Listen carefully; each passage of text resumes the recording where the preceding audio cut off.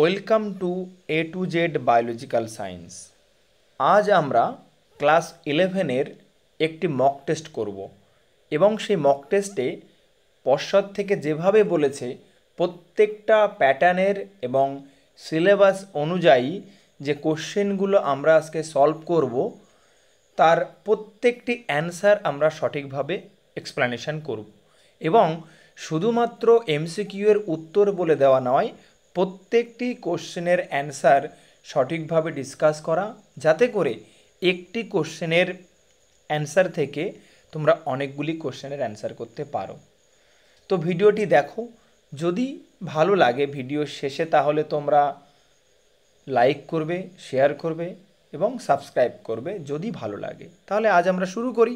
দেখো, প্রথম কোশ্চেন বলছে যে হিস্টোরিয়া অ্যানিমেলিয়াম গ্রন্থের লেখক হলেন, অর্থাৎ হিস্টোরি অফ অ্যানিমাল এই গ্রন্থের লেখক অ্যারিস্টটল।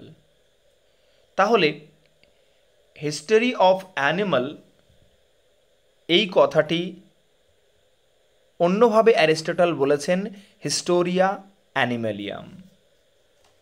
তাহলে অ্যান্সার কি হবে? অ্যারিস্টটল। তাহলে আমাদের পাশাপাশি বাকি যে তিনটে আছে তারও জানতে হবে। তো ডারউইন, তাহলে ডারউইনের লেখা বই নাম কি? Origin of the species. Robert হুকের একটা বই আছে যার নাম মাইক্রোগ্রাফিয়া। আর লিনিয়াসের তোমরা সবাই জানো সিস্টেমা ন্যাচুরি। নেক্সট কোশ্চেন কি? হটস্পট কথাটি প্রথম ব্যবহার কে করেন? অর্থাৎ এটা কমন কোশ্চেন একটি, যে হটস্পট কথাটি প্রথম ব্যবহার করেন বিজ্ঞানী নরম্যান মায়ার্স। এছাড়াও তাহলে অ্যান্সারটা কী হবে? না, নরম্যান মায়ার্স।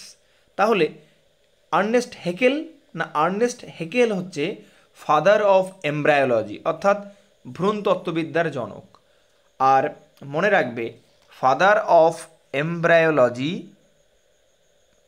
আর বর্তমান যে মডার্ন এমব্রায়োলজি তার যিনি জনক বা ফাদার অফ মডার্ন এমব্রায়োলজি তিনি হলেন ভন বিয়ার। আর উইলিয়াম হার্ভে কি? না উইলিয়াম হার্ভে মনে রাখবে সার্কুলেশন মানে সংবহন, অর্থাৎ উদ্ভিদ বা প্রাণীদেহে যে সার্কুলেশন বা সংবহন, এটা উইলিয়াম হার্ভে আবিষ্কার করেন বা প্রথম ডিসকভার করেন। দেখো, প্রত্যেকটা অ্যান্সার তাহলে তোমরা পজ করে করে লিখে নেবে যাতে তোমাদের সুবিধা হয়। এছাড়া দেখো 3 নম্বর কোশ্চেন, ভারতবর্ষে আজ পর্যন্ত লাইকেনের সংখ্যা আনুমানিক, অর্থাৎ বলছে যে আজ পর্যন্ত টিল নাও ভারতবর্ষে কত লাইকেন এখনো পর্যন্ত আছে। তো মনে রাখবে, গবেষণা অনুযায়ী 2019 সাল পর্যন্ত প্রায় 2500 লাইকেন ভারতবর্ষে প্রজাতি আবিষ্কার হয়েছে। তো যেহেতু অ্যান্সারের মধ্যে 1940 সব থেকে এটাই বেশি, তাহলে কিন্তু অ্যান্সারটা এটিই হবে। Option D is the right answer for question number 3। এরপরে দেখো কোশ্চেন নাম্বার 4 কি বলছে? ভ্যারিসেলা ভাইরাস এক প্রকার প্রাণী ভাইরাস, এর দ্বারা আক্রান্ত হয়। তাহলে সবার আগে আমি তোমাদের বলে দিই যে ভ্যারিসেলা ভাইরাস হচ্ছে এক ধরনের, এটি একটি, তোমরা মনে রাখবে চিকেন পক্স। এই যে চিকেন পক্স রোগটি হয়, এই চিকেন পক্সটি যে ভাইরাসের কারণে হয় সেই ভাইরাসটার নামই হচ্ছে ভ্যারিসেলা ভাইরাস। তাহলে চিকেন পক্সে সাধারণত আমাদের যে স্কিন বা ত্বক এইগুলো কিন্তু আক্রান্ত হয়। ক্লিয়ার? তাহলে এবার আমরা কোশ্চেন নাম্বার 5-এ যাব। কোশ্চেন নাম্বার 5-এ, তাহলে কোশ্চেন নাম্বার 5-এ কি হবে অ্যান্সার? না ছত্রাক ও শৈবালের সম্পর্ককে কি বলে? দেখো, এটা একটি অত্যন্ত গুরুত্বপূর্ণ কোশ্চেন। তো হ্যালোটিজম কথার অর্থ হচ্ছে যে শৈবাল বা ছত্রাক অর্থাৎ ফাঙ্গাস এবং অ্যালগি তাদের যে সিম্বায়োসিস, অর্থাৎ এমন সম্পর্ক যাতে দুইজনেরই অত্যন্ত লাভ হয় বা দুজনেই সুযোগ সুবিধা ভোগ করে। তো এইরকম সম্পর্ককে বলা হয় সিম্বায়োসিস বা মিথজীবিতা, যেটাকে বলা হয় হ্যালোটিজম। যেটা ছত্রাক এবং শৈবালের যে সম্পর্ক তাকে বলা হয় হ্যালোটিজম। তাহলে নেক্সট কোশ্চেন কি? থিওফ্রাস্টাসকে জনক বলা হয়, তোমরা এটা সবাই জানো যে উদ্ভিদবিদ্যার জনক বলা হয় থিওফ্রাস্টাসকে। তাহলে প্রাণীবিদ্যার জনককে ল্যামার্ক। কৃষিবিদ্যার জনক কে না এম.এস. স্বামীনাথন। তাহলে এই কোশ্চেনটার অ্যান্সার কি? থিওফ্রাস্টাস, উদ্ভিদবিদ্যা। দেখো, প্রাণী জগতে ক্ষুদ্রতম শ্রেণী হলো, এই কোশ্চেনটা একটু সমস্যা আছে। দেখো, যদি কোশ্চেনটাতে বলতো যে প্রাণী জগতে সব থেকে ক্ষুদ্র ফাইলাম, তাহলে কিন্তু সেটা পরিফেরা হতো।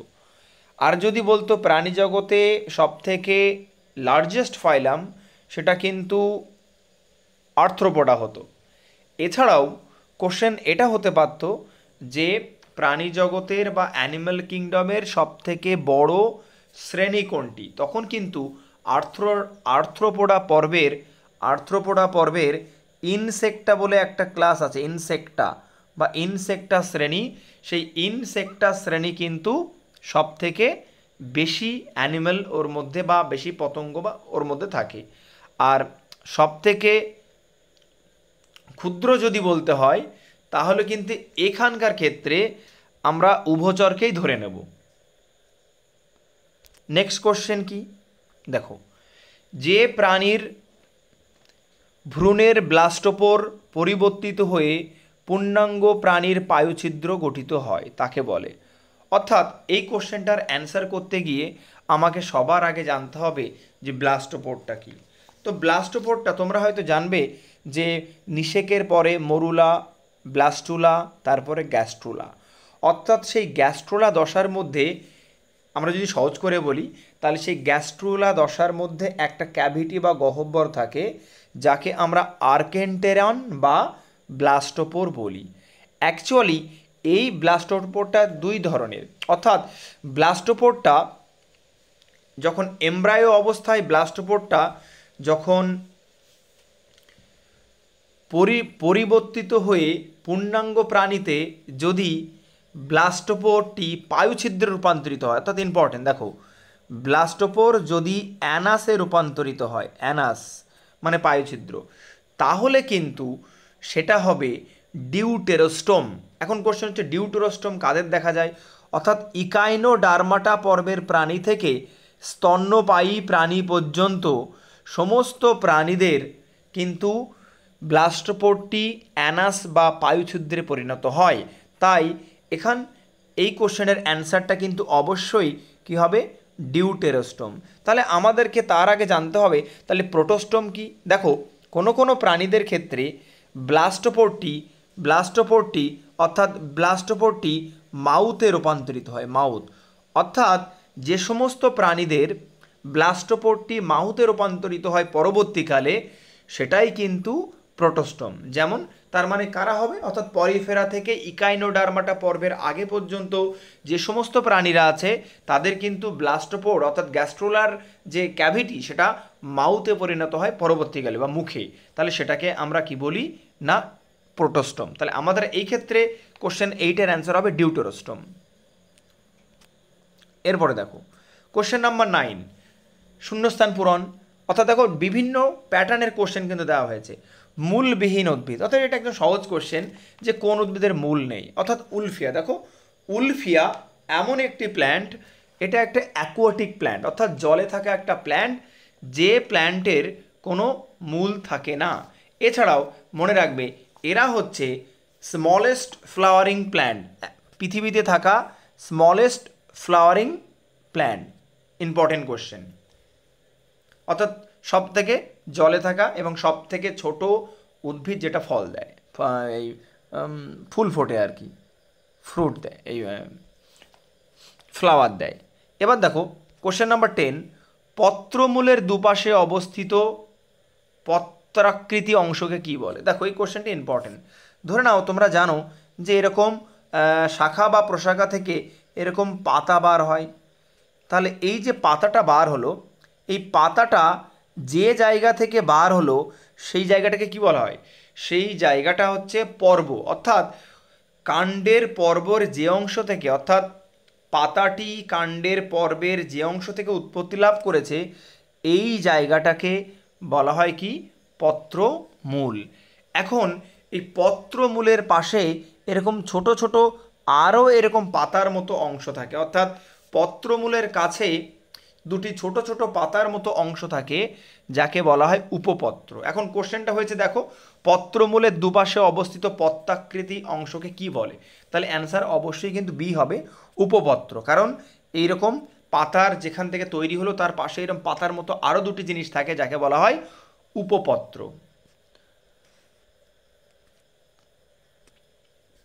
কোশ্চেন নম্বর 11 দেখো, নিম্নলিখিত উক্তিগুলি বিবেচনা করো। অর্থাৎ এটা একটা ইম্পর্টেন্ট কোশ্চেন। দেখো এখানে নির্দেশ বলছে যে এম গোল আলু যেটা রূপান্তরিত মূল, আর বলছে এন মিষ্টি আলু যেটা ভূনিম্নস্থ রূপান্তরিত কাণ্ড। তাহলে কোশ্চেনটা অ্যাকচুয়ালি যে বাক্যগুলি দিয়েছে সেই বাক্যগুলি ঠিক কি ভুল সেটা তোমাকে বিচার করতে হবে। তাহলে দেখো আমরা দেখে নিই যে কি অ্যাকচুয়ালি এই কোশ্চেনটার অ্যান্সারটা হবে। কারণ আমরা সাধারণত জানি যে গোল আলু যেটা, সেই গোল আলু, এই গোল আলুটা মানে রাউন্ড পটাটো, যেটা রাউন্ড পটাটো সেটা কিন্তু ভূনিম্নস্থ কাণ্ড। ভূ অর্থাৎ মাটির নিচে কোনো কাণ্ড বা কাণ্ডের অংশ গিয়ে সেখান থেকে উৎপত্তি লাভ করেছে, সেটা হচ্ছে গোল আলু। অর্থাৎ কি হলো না, গোল আলু হচ্ছে ভূনিম্নস্থ কাণ্ডের রূপান্তর। আর যেটা এন অর্থাৎ মিষ্টি আলু, সুইট পটাটো, সেই সুইট পটাটোটা কিন্তু অ্যাকচুয়ালি এটা একটা মূলের রূপান্তর। তাহলে দেখো এখানে দুটো যে বাক্য দিয়েছে তারা কিন্তু বিপরীত বাক্য দিয়েছে। অর্থাৎ গোল আলুটা হবে হচ্ছে ভূনিম্নস্থ কাণ্ড, গোল আলুটা ভূনিম্নস্থ কাণ্ড, এবং মিষ্টি আলুটা অ্যাকচুয়ালি হবে কি রুট অর্থাৎ মূলের রূপান্তর। তাহলে মিষ্টি আলু মূলের রূপান্তর আর গোল আলু ভূনিম্নস্থ কাণ্ডের রূপান্তর। তাহলে এখানে কিন্তু দুটো অপশানই ভুল। গোল আলুটা তাহলে কি হবে, গোল আলুটা ভূনিম্নস্থ এবং মিষ্টি আলুটা হবে কি মূলের রূপান্তরিত। তাহলে দেখো এখানে অপশান ডি বলছে এম ও এন উভয়ই ভুল, তাহলে কিন্তু এই অ্যান্সারটাই হবে। Very very important question. এবার দেখো জবা ফুলের যে বৃতির বিন্যাস, অর্থাৎ জবা ফুলের বৃতি যদি দেখো তাহলে কেমন হবে। দেখো এটা যদি হয় এরকম এরকম জিনিস থাকে, তো এখান থেকে এরকম ফুলগুলো বেরিয়ে যায়। তো এই যে ছোট ছোট দেখতে পাই এটা হচ্ছে বৃত্তাংশ, পুরোটা হচ্ছে বৃতি। বৃতির এই ছোট ছোট অংশকে বলে বৃত্তাংশ। আর এই যে পাপড়ির মতো এখান থেকে এরকম এরকম বেরিয়েছে এটা হচ্ছে কি, আমরা যদি আরও একটু সহজ করে আঁকার চেষ্টা করি তাহলে দেখো কি হবে। দেখো এইটা ধরে নাও বৃতি, এখান থেকে এইরকম দলাংশগুলো বেরিয়ে গেছে এরকম। তাহলে এই ক্ষেত্রে কি হয়, বৃত্তাংশটি দেখো ছাড়া ছাড়া, মানে এই যে এইগুলো কিন্তু বৃত্তাংশ, পুরোটা বৃতি। আর এই যে বৃতির যে এইরকম জিনিসগুলো আছে এগুলো এক একটা বৃত্তাংশ, সেপাল, এক একটা সেপাল। ক্যালিক্স মানে বৃতি, ক্যালিক্স, আর এগুলো হচ্ছে সেপাল। এবং সেপালের পাশ থেকে দেখো উপর থেকে দেখো দলাংশ বা দলমণ্ডলের অংশ বেরিয়ে গেছে। এখন তাহলে জবা ফুলের যে বৃতির বিন্যাস সেটা কিন্তু টুইস্টেড। টুইস্টেডটা কি না, যখন বৃত্তাংশ বা দলাংশ এক প্রান্তে পাশের বৃত্তাংশ দ্বারা আবৃত থাকে। অর্থাৎ কি বললাম, যখন বৃত্তাংশ বা দলাংশের এক প্রান্ত পাশের বৃত্তাংশ বা দলাংশের আর এক প্রান্ত দ্বারা আবৃত থাকে, তো এই ক্ষেত্রে জবা ফুলের যেটা বৃতির বিন্যাস সেটা কিন্তু টুইস্টেড। নেক্সট কোশ্চেন দেখো, জাইলেম ও ফ্লোয়েম কলা, জাইলেম ও ফ্লোয়েম যেখানে আলাদাভাবে পরপর একান্তরভাবে একটি আবর্তে সাজানো থাকে তাকে কি বলে? দেখো এই জায়গাটা একটু বুঝতে হবে আমাদেরকে।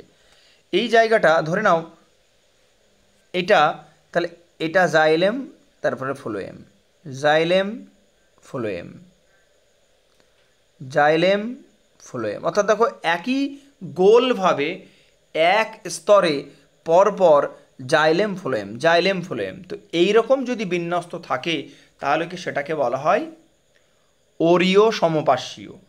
এছাড়াও আরও অনেক ডিভিশনের মাছ, ধরে নাও এটা একটা নালিকা বান্ডিল, তো নালিকা বান্ডিলের উপরের দিকে ধরে নাও ফ্লোয়েম আর নিচের দিকে ধরে নাও জাইলেম। তো যদি উপরের দিকে ফ্লোয়েম এবং নিচের দিকে জাইলেম এবং মাঝখানে এই জায়গাটা হচ্ছে ক্যাম্বিয়াম, ক্যাম্বিয়াম সি, ক্যাম্বিয়াম। যদি জাইলেম এবং ফ্লোয়েমের মাঝখানে, ফ্লোয়েম বা জাইলেমের মাঝখানে যদি ক্যাম্বিয়াম কলা থাকে, তাহলে সেটাকে বলা হয় ওপেন ভাস্কুলার সিস্টেম, অর্থাৎ মুক্ত সমপার্শ্বীয় নালিকা বান্ডিল। আবার যদি এই রকম থাকে যে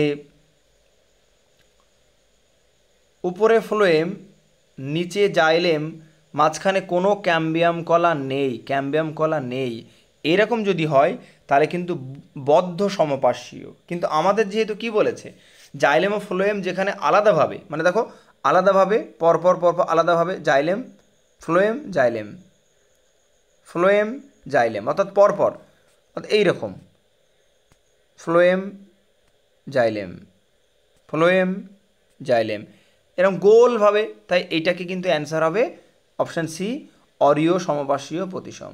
ক্লিয়ার? Important question. এরপরে কোশ্চেন নাম্বার 14।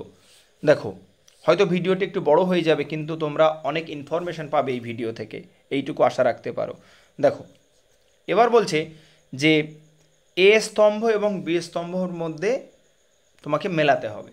তাহলে এই জায়গাটা একটা ইম্পর্টেন্ট কোশ্চেন, মনে রাখবে। কাষ্ঠলতন্তু বা জাইলেম ফাইবার, এইটা আমাদেরকে দেখো ম্যাক্সিমাম ম্যাচিং কোশ্চেন কী করতে হয়, এলিমিনেশন মেথডে অ্যাপ্লাই করতে হয়। অর্থাৎ তোমাকে জানতে হবে তুমি কোনটা শিওর জানো এবং কোনটি তুমি শিওর জানো না, বা এটা একদম তুমি দুটো জিনিস হতে পারে। এক, তুমি হয় কোনো একটা অ্যান্সার এক্স্যাক্ট জানো যে এটা হবে, আর একটা হতে পারে যে তুমি একদম শিওর জানো যে এইটার উত্তর এইটা হবে না, তুমি সেটা আগে চিহ্নিত করো, তাহলেই তোমার ম্যাচিংয়ের কোশ্চেন তুমি সহজেই অ্যান্সার করতে পারবে। এই ক্ষেত্রে যেমন দেখো কাষ্ঠলতন্তু, যেটা তোমাদের সবার সামনে দেখা, যে কাষ্ঠলতন্তু মানে জাইলেম 4 ভাগে ভাগ করা হয়, tracheid, trachea, xylem parenchyma, xylem fibre. অর্থাৎ সে জাইলেম ফাইবার কথার অর্থ হচ্ছে কাষ্ঠলতন্তু। আর এই কাষ্ঠলতন্তুটা অ্যাকচুয়ালি কি না, জাইলেম কলার মধ্যে বা জাইলেম কলার মধ্যে যে স্ক্লেরেনকাইমা তন্তু থাকে, স্ক্লেরেনকাইমা অর্থাৎ বিভিন্ন তন্তু থাকে, স্ক্লেরেনকাইমা, কোলেনকাইমা, অ্যারেনকাইমা, এরকম জাইলেম বাহিকার মধ্যে, অর্থাৎ মৃত জাইলেম বাহিকা। অর্থাৎ তোমরা জানো যে জাইলেমের 4টের মধ্যে শুধুমাত্র জাইলেম প্যারেনকাইমা জীবিত, বাকি সব মৃত। অর্থাৎ সেই জাইলেম ফাইবারের মধ্যে স্ক্লেরেনকাইমা তন্তুকে অ্যাকচুয়ালি বলা হয় কাষ্ঠলতন্তু। তাহলে এই অ্যান্সারটা কি হবে দেখো, তাহলে পি হবে 1 শিওর। তুমি অপশানে দেখো যে পি কোথায় কোথায় আছে 1, দেখো পি শুধুমাত্র এক জায়গায়, অপশান সিতে পি শুধুমাত্র 1, তাহলে আর দেখবো না আমি, অ্যান্সার আমার সি হয়ে যাবে। অর্থাৎ এটাকেই বলে এলিমিনেশন মেথড, বা যেটা জানো সেটাকে আগে দেখো, যেটা জানো না এবং যেটা শিওর হবে না সেটাকে আগে বাদ দেবে। তাহলে আমি জানি যে পিটা 1 হবে, আমি দেখলাম মিলিয়ে দেখলাম যে না পি এক জায়গাতেই 1-এর জায়গায় আছে, তাহলে কিন্তু অ্যান্সার এটাই হবে। এরপর দেখো সরু ব্যাসযুক্ত জাইলেম বাহিকাকে কী বলে, এটা জানতে হবে। দেখো জাইলেম 2 প্রকার, মেটাজাইলেম আর প্রোটোজাইলেম। তো প্রোটোজাইলেম আর মেটাজাইলেম, অর্থাৎ এইটা ধরে নাও মেটাজাইলেম, আর এরকম সরু হচ্ছে প্রোটোজাইলেম। অর্থাৎ দেখো প্রোটোজাইলেমের যে মাঝখানের ব্যাস সেটা কিন্তু কম, কিন্তু মেটাজাইলাম আর এটা হচ্ছে প্রোটোজাইলেম। তাহলে মেটাজাইলেমের ক্ষেত্রে দেখো ব্যাসটা অনেক বড়, আর প্রোটোজাইলেমের ক্ষেত্রে ব্যাসটা ছোট। তাহলে কোনটা হবে, সরু ব্যাসযুক্ত জাইলেম বাহিকা কাকে বলে, প্রোটোজাইলেম। তাহলে অ্যান্সার হবে প্রোটোজাইলেম। এরপরে দেখো কোশ্চেন নাম্বার 16, শালুক, কচুরিপানা প্রভৃতি উদ্ভিদের পত্ররন্ধ্রে যে কলা থাকে তাকে কি বলে। দেখো এটা একটু সহজ কোশ্চেন। যেহেতু শালুক, কচুরিপানা এই সমস্ত উদ্ভিদগুলি জলজ উদ্ভিদ এবং এরা জলের উপরে ভেসে থাকে, তাই এদের এই শালুক বা কচুরিপানার মধ্যে এমন কিছু থাকবে যে যার মধ্যে এয়ার স্পেস অর্থাৎ বাতাস ভর্তি থাকতে পারে। অর্থাৎ তো অ্যারেনকাইমা এমন একটি কলা, যে কলার মধ্যে, parenchyma is a soft plant tissue, অর্থাৎ এটা একটি উদ্ভিদের নরম কলা যার মধ্যে ফাঁকা জায়গা, বাতাস থাকে, এবং এটা অ্যাকচুয়ালি অ্যাকোয়াটিক প্ল্যান্ট বা জলজ উদ্ভিদদের ক্ষেত্রে কিন্তু দেখা যায়। যেহেতু জলজ উদ্ভিদ ভেসে থাকে, তাই জলজ উদ্ভিদের যে নরম কলা তার মধ্যে কিন্তু এয়ার স্পেস বা বায়ু ভর্তি জায়গা থাকে, সেই জন্যে তারা সহজেই জলের উপরে ভেসে থাকে। এটাকে বলে অ্যারেনকাইমা। তাহলে অ্যান্সার কী হবে? অ্যারেনকাইমা। আর একটা কি ইম্পর্টেন্ট এখানে আছে, ইডিওব্লাস্ট। এটা একটা ইম্পর্টেন্ট। তো ইডিওব্লাস্টটা কি? ইডিওব্লাস্ট হচ্ছে যে উদ্ভিদের যে কোষ বা উদ্ভিদের যে কলা, সেই এমন একটি কলা এটা যার মধ্যে তুমি অয়েল বা তেল, রেজিন, আঠা, বিভিন্ন রঞ্জক স্টোর থাকে। অর্থাৎ এটা রেচনাঙ্গ বা স্টোরেজ অর্গান হিসাবে ব্যবহার হয় উদ্ভিদের ক্ষেত্রে। এটাকে বলে ইডিওব্লাস্ট, স্টোরেজ অর্গান, স্টোরেজ। এছাড়াও এক্সক্রেটরি অর্থাৎ রেচনও এর মাধ্যমে হয়। এর মধ্যে বিভিন্ন রঞ্জক থাকে, অয়েল থাকে, রেজিন থাকে, আঠা থাকে, ইত্যাদি জিনিস এর মধ্যে থাকে। এছাড়া দেখো কোশ্চেন নাম্বার 17, অস্থির ধাত্র কঠিন হয়। অস্থি মানে ধরে নাও এটা একটা বোন,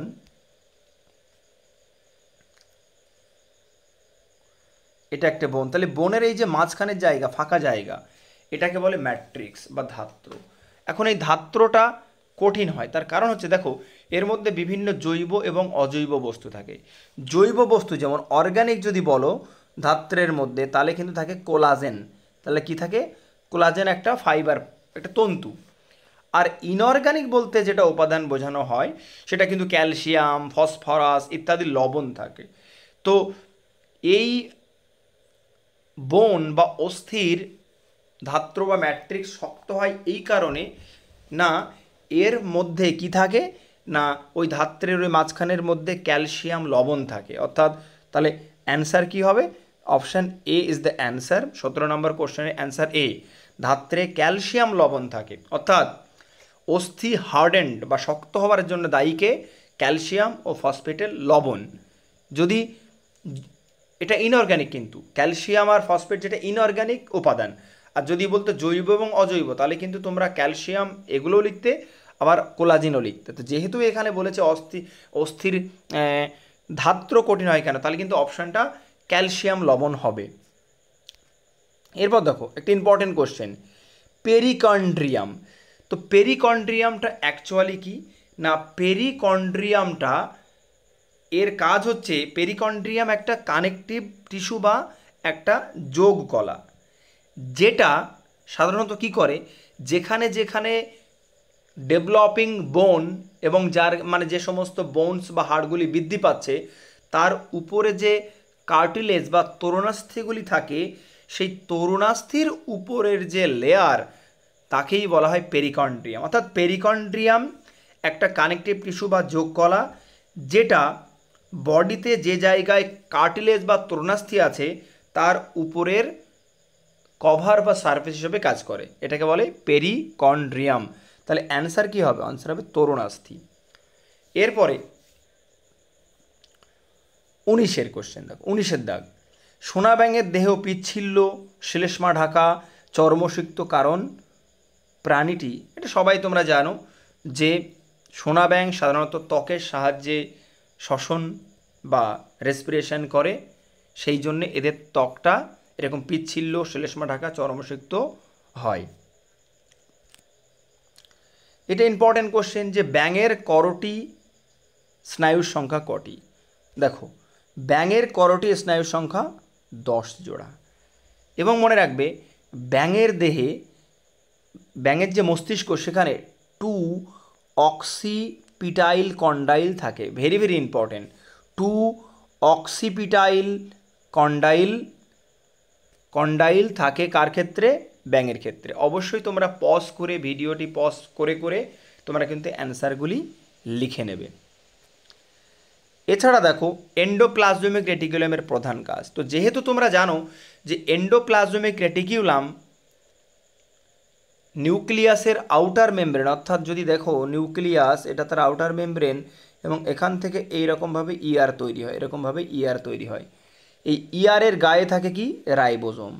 তো ইআরের তাহলে কাজ কি না, প্রোটিওলাইসিস হবে, দেহের প্রতিরক্ষা, পেপটিক বন্ধনী, প্রোটিন সংশ্লেষ। অর্থাৎ দেখো যেহেতু ইআরের গায়ে রাইবোজোম থাকে, তাই কিন্তু অ্যান্সারটা হবে প্রোটিন সংশ্লেষ। Option D is the right answer for question number 21। এছাড়া দেখো রাইবোজোম সম্পর্কিত কোন তথ্যটি সঠিক নয়। তো দেখো এদের ব্যাস, রাইবোজোমের ব্যাস 100 থেকে 400, অর্থাৎ ঠিক 100 থেকে 400ই হয়। দ্বিতীয়ত রাইবোজোমের নামকরণ করেন বিজ্ঞানী জর্জ প্যালাডে, ঠিক আছে। রাইবোজোম আরএনএ সঞ্চয় করে, ঠিক, কারণ আমরা যদি রাইবোজোম দেখি তাহলে রাইবোজোমের দুটি উপাদান, রাইবোজোমের মধ্যে হচ্ছে আরএনএ আর কি না রাইবোজোমাল প্রোটিন, তাহলে এই দুটি উপাদান। তাহলে এবং তোমরা জানো যে প্রোক্যারিওটিক কোষের রাইবোজোম 70S আর ইউক্যারিওটিকের রাইবোজোম 80S।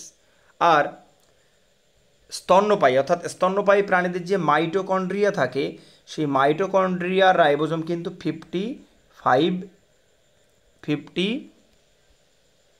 55S। ক্লিয়ার? তাহলে অ্যান্সারটা কি হবে? রাইবোজোম, তারপর কি বলছে ডি, রাইবোজোম সাইটোপ্লাজমের এককভাবে অবস্থান করলে তাকে সাইটোজোম বলে। এটা ভুল, কারণ রাইবোজোম যখন সাইটোপ্লাজমে এককভাবে অবস্থান করে তখন কিন্তু সেই ঘটনাকে বলা হয় মোনোজোম। কি বলা হয়? মোনোজোম। তাহলে মোনোজোম বলা হয়, মোনোজোম। এটা কিন্তু এইটা বলা হয় না, তাহলে অপশান এইটা হবে অ্যান্সার, যেটা ভুল আর কি, যেহেতু ভুলটা তোমাদেরকে খুঁজতে বলেছে। তাহলে সাইটোজোম কি অ্যাকচুয়ালি? সাইটোজোম হচ্ছে সাইটোজোম অর্থাৎ কোষের নিউক্লিয়াসকে বাদ দিয়ে বাকি যে তরল সেটাকেই বলা হয়, বা বাকি যে অংশ, নিউক্লিয়াসটা বাদ দাও, তারপর বাকি যে তোমার সাইটোপ্লাজম এবং এই যে কোষ পর্দা এটাকেই বলে সাইটোজোম। আর যখন কোষ পর্দাকে আমরা বার করে দেবো শুধুমাত্র নিউক্লিয়াস এবং সাইটোপ্লাজম, সেটাকে কিন্তু প্রোটোপ্লাজম। তাহলে nucleus plus cytoplasm without membrane, কোনো পর্দা নেই, সেটা হচ্ছে প্রোটোপ্লাজম। আর উইদাউট নিউক্লিয়াস কোষটিকে বলা হয় সাইটোজোম। অবশ্যই পজ করে লিখে নেবে ইনফরমেশনগুলো। এছাড়া 23 নম্বর কোশ্চেন কি বলছে? ক্রোমোপ্লাস্টের বিভিন্ন বর্ণগুলি হলো। তো দেখো ক্রোমোপ্লাস্টের বর্ণগুলি তো তোমরা জানো যে ক্রোমোপ্লাস্টিড বিভিন্ন কালারিংয়ের জন্য দায়ী, ক্লোরোপ্লাস্টিড সালোক সংশ্লেষের জন্য দায়ী, লিউকোপ্লাস্টিড বিভিন্ন খাবার স্টোরেজ করতে সাহায্য করে। এবং মনে রাখবে যে লিউকোপ্লাস্টিডের মধ্যে কোনো পিগমেন্ট বা রঞ্জক থাকে না, সেই জন্যে লিউকোপ্লাস্ট বর্ণহীন। আর যেহেতু ক্রোমোপ্লাস্টে বিভিন্ন ধরনের রঞ্জক থাকে, যেমন ক্যারোটিন, জ্যান্থোফিল, অ্যান্থোসায়ানিন, সেই জন্যে কিন্তু ক্রোমোপ্লাস্টের বিভিন্ন কালার হয়। এবং মনে রাখবে ক্রোমোপ্লাস্ট যেহেতু ফুল ফল বা দলমণ্ডল বা ফুলের পাপড়ির কালার বিভিন্ন হয়, সেই জন্যে পতঙ্গ দ্বারা আকৃষ্ট হতে পারে, সেই জন্যে এটাকে পরাগ মিলনেও কিন্তু সাহায্য করে পরোক্ষভাবে এই ক্রোমোপ্লাস্ট। এছাড়াও ক্রোমোপ্লাস্ট আরও যেহেতু দেখতে সুন্দর, বিভিন্ন প্রাণীরা অ্যাট্রাকশান হয় এই ফুলের প্রতি, তাই এদের কিন্তু সিড ডিসপার্সাল অর্থাৎ সহজেই বীজ এক জায়গা থেকে আরেক জায়গায় ছড়িয়ে যেতে পারে। শৈবালের ফ্লাজেলা সৃষ্টি হয় যেহেতু দেখো ইম্পর্টেন্ট একটা কোশ্চেন, যেহেতু অ্যালগি একটি প্ল্যান্ট, উদ্ভিদের মধ্যে পড়ে, তাই যেহেতু তোমরা জানো যে উদ্ভিদ দেহে কোনো সেন্ট্রোজোম বা সেন্ট্রিওল থাকে না, তাই বেমতন্তু সেখান থেকে তৈরি বা ফ্লাজেলা তৈরি হওয়ার কোনো গল্প নেই। এই ক্ষেত্রে যে শৈবালের ক্ষেত্রে বা উদ্ভিদের ক্ষেত্রে যে ফ্লাজেলা যেখান থেকে তৈরি হবে সেটা অবশ্যই কিন্তু মাইক্রোটিউবিউল বা অনুনালিকা। ক্লিয়ার? এরপরে দেখো, এরপরে এই কোশ্চেন নাম্বার 25, চিত্রে এম অংশটি, অর্থাৎ এম দেখো মাইটোকন্ড্রিয়ার ভিতরের অংশটা, অর্থাৎ তোমরা জানো যে মাইটোকন্ড্রিয়া এরকম গঠন হয় আর কি, এরকম। তো মাইটোকন্ড্রিয়া এটা হচ্ছে আউটার মেমব্রেন, এটা হচ্ছে ইনার মেমব্রেন, আর এই যে ভিতরে এইরকম ইনার মেমব্রেনটা মাঝখানে ভাঁজ হয়ে এরকম ইনফোল্ডিং, এটাকে বলে ক্রিস্টি।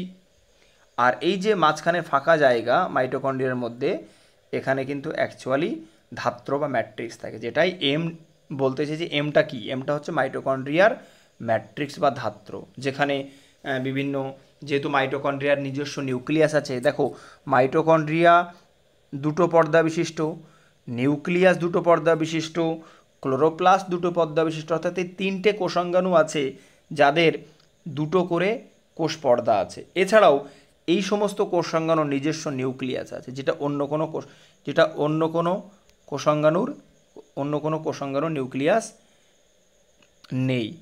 শুধুমাত্র কোষের নিউক্লিয়াস থাকে কিন্তু কোষ অঙ্গাণুর নিউক্লিয়াস থাকে না, যেটা এই তিনটে কোষাঙ্গাণুর মধ্যে দেখা যায়, মাইটোকন্ড্রিয়া, ক্লোরোপ্লাস্ট আর নিউক্লিয়াস, এই তিনটে জিনিস। ক্লিয়ার? এরপরে দেখো ফ্রুক্টোজ কি না, ফ্রুক্টোজ হচ্ছে একটা মনোস্যাকারাইড, অর্থাৎ যেটা দিয়ে, যেমন আমরা জানি যে একটা ইম্পর্টেন্ট বলি, পলিমার অফ ফ্রুক্টোজ, অর্থাৎ পলিমার অফ ফ্রুক্টোজ মানে একটা ফ্রুক্টোজ আর একটা ফ্রুক্টোজ এরম মাঝখানে গ্লাইকোসাইডিক বন্ডের মাধ্যমে ফ্রুক্টোজগুলো জুড়ে কি তৈরি করে না, ইনিউলিন। মনে রাখবে একটা ইনিউলিন, অর্থাৎ ইনিউলিন is a polymer of fructose. এবং মনে রাখবে এটা একটা পলিস্যাকারাইড, ফ্রুক্টোজ মনোস্যাকারাইড, তাহলে অনেকগুলি মনোস্যাকারাইড পরপর জমা হলে পলিস্যাকারাইড হবে, এবং ইনিউলিন একটা পলিস্যাকারাইডের উদাহরণ। এবং মনে রাখবে ইনিউলিন কিডনি ফাংশন টেস্ট করতে ব্যবহার করা হয়, অর্থাৎ যেহেতু ইনিউলিন এমন একটি কার্বোহাইড্রেট যেটি আমাদের শরীরে কোথাও ডাইজেস্টও হয় না, শোষণও হয় না, সেই জন্য আমরা এইটার মাধ্যমে কিডনি ফাংশন টেস্ট করতে ব্যবহার করা হয়। তাহলে এবার দেখো আমরা যেটা বলতে চাইছিলাম যে ফ্রুক্টোজের মধ্যে কি থাকে না, ফ্রুক্টোজের মধ্যে কিন্তু 5টি OH গ্রুপ থাকে, এবং 2 নম্বর পজিশন এরকম 1 2 যদি দেখি কার্বন এরকম 5টা কার্বন, তো এরকম 2 নম্বর কার্বনে কিন্তু এরকম কিটোন গ্রুপ থাকে। তাহলে দেখো প্রথম অপশান বলছে 5টি OH গ্রুপ, এবং তাহলে 5টি OH গ্রুপ থাকে, এবং একটি C ডবল বন্ড ও কিটোন গ্রুপ থাকে, তিনটি গৌণ অ্যালকোহলীয় গ্রুপ ও 2টি প্রাথমিক অ্যালকোহলিক গ্রুপ। অর্থাৎ দেখো অ্যালকোহলিক গ্রুপ এই ক্ষেত্রে আমরা জানি যে ফ্রুক্টোজের মধ্যে কী কী থাকে আগে জেনে নাও। তাহলে 5টি OH থাকে, একটি কিটো গ্রুপ, একটি অ্যালডিহাইড গ্রুপ, আর এর মধ্যে 5টি হাইড্রক্সিল গ্রুপ থাকে। এছাড়া সেকেন্ডারি অর্থাৎ প্রাইমারি এবং সেকেন্ডারি সবকটা অ্যালকোহলই কিন্তু থাকে। তাহলে এই ক্ষেত্রে অ্যান্সার কিন্তু সবকটি হবে, কারণ ফ্রুক্টোজের ক্ষেত্রে দেখা যায় প্রাইমারি এবং সেকেন্ডারি 2 ধরনের অ্যালকোহলই থাকে, তাই অপশান ডি কিন্তু রাইট অ্যান্সার। এছাড়া দেখো ক্যান্সার সৃষ্টিকারী শর্করা, তো ক্যান্সার সৃষ্টিকারী শর্করা মনে রাখবে এমনি বর্তমানে গবেষণাতে দেখা গেছে যে স্টার্চ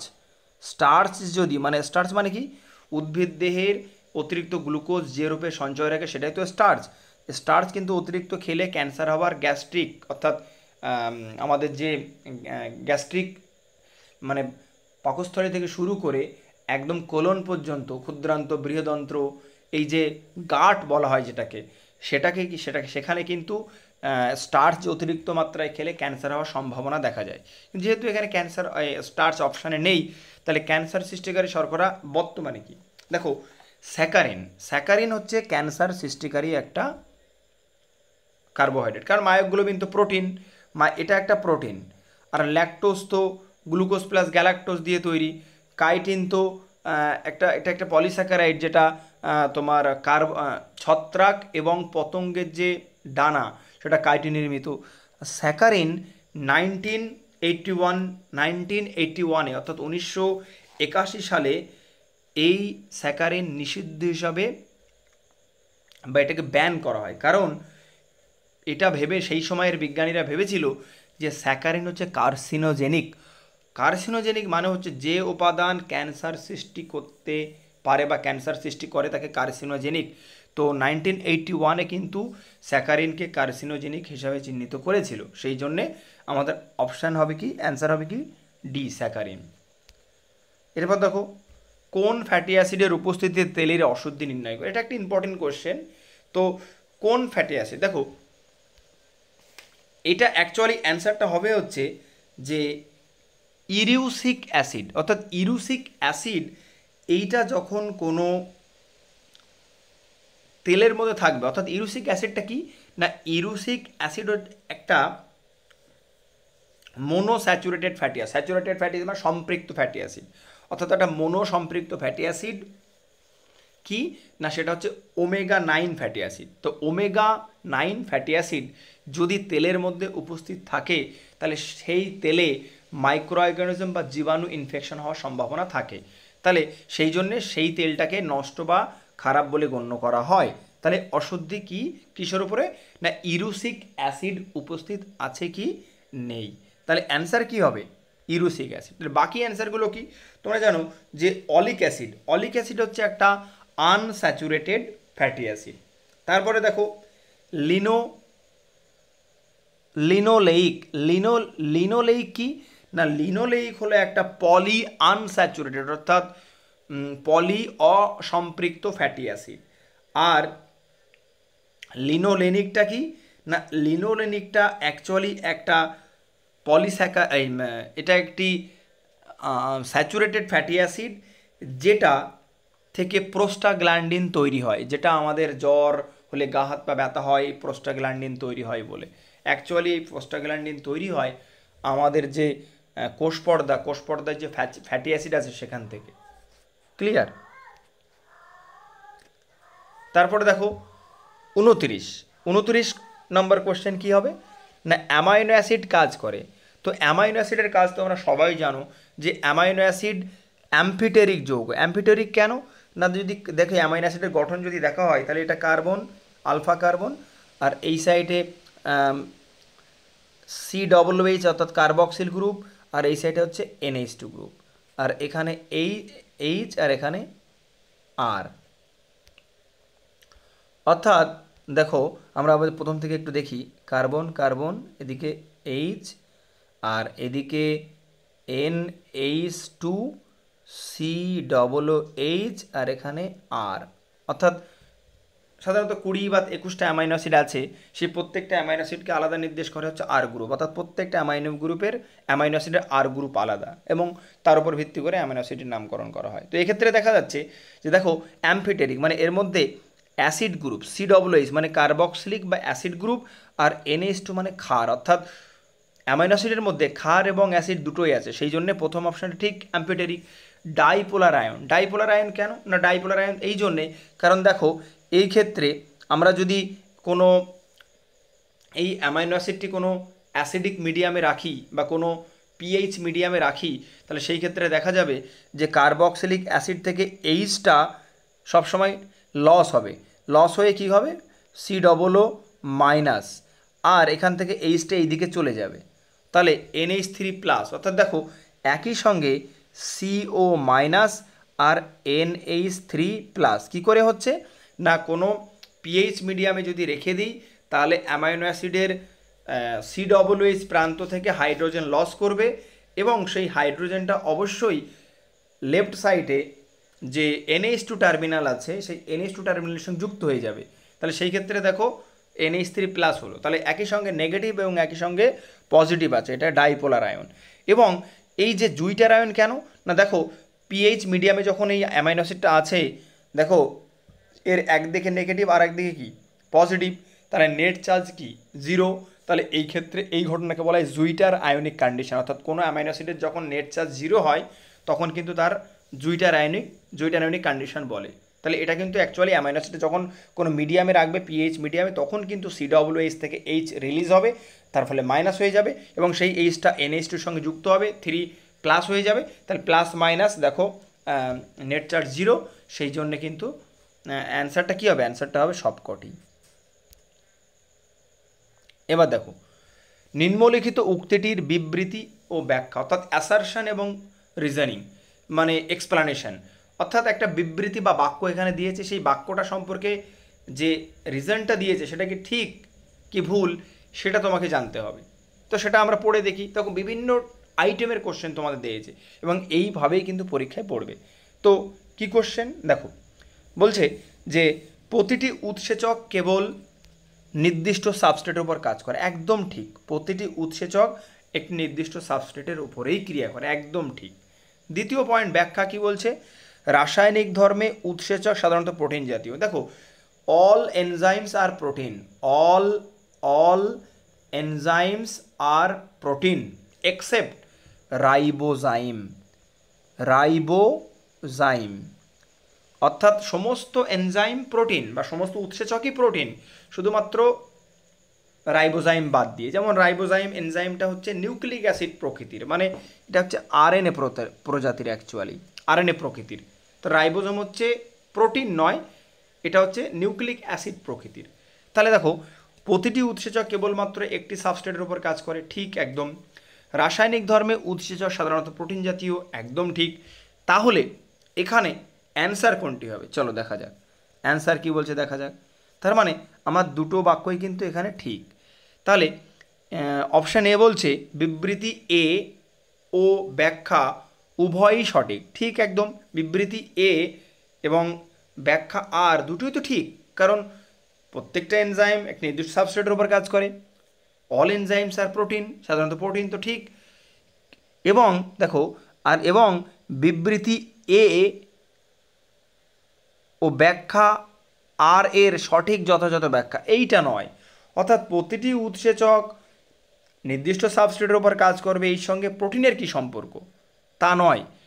অপশান বি কি বলছে দেখো, বিবৃতি এ অ্যান্ড ব্যাখ্যা আর উভয় ঠিক, কিন্তু ব্যাখ্যা আর বিবৃতি এ এর সঠিক ও যথাযথ ব্যাখ্যা নয়, একদম ঠিক এইটা। কারণ দেখো, দুটোই প্রোটিন, কিন্তু তার মানে তো এই নয় যে প্রোটিন হওয়া মানেই সমস্ত এনজাইম একটাই সাবস্ট্রেটের উপর কাজ করবে, এটা তো নয়। তাহলে অ্যান্সার 30-এ অপশান কোনটা হবে?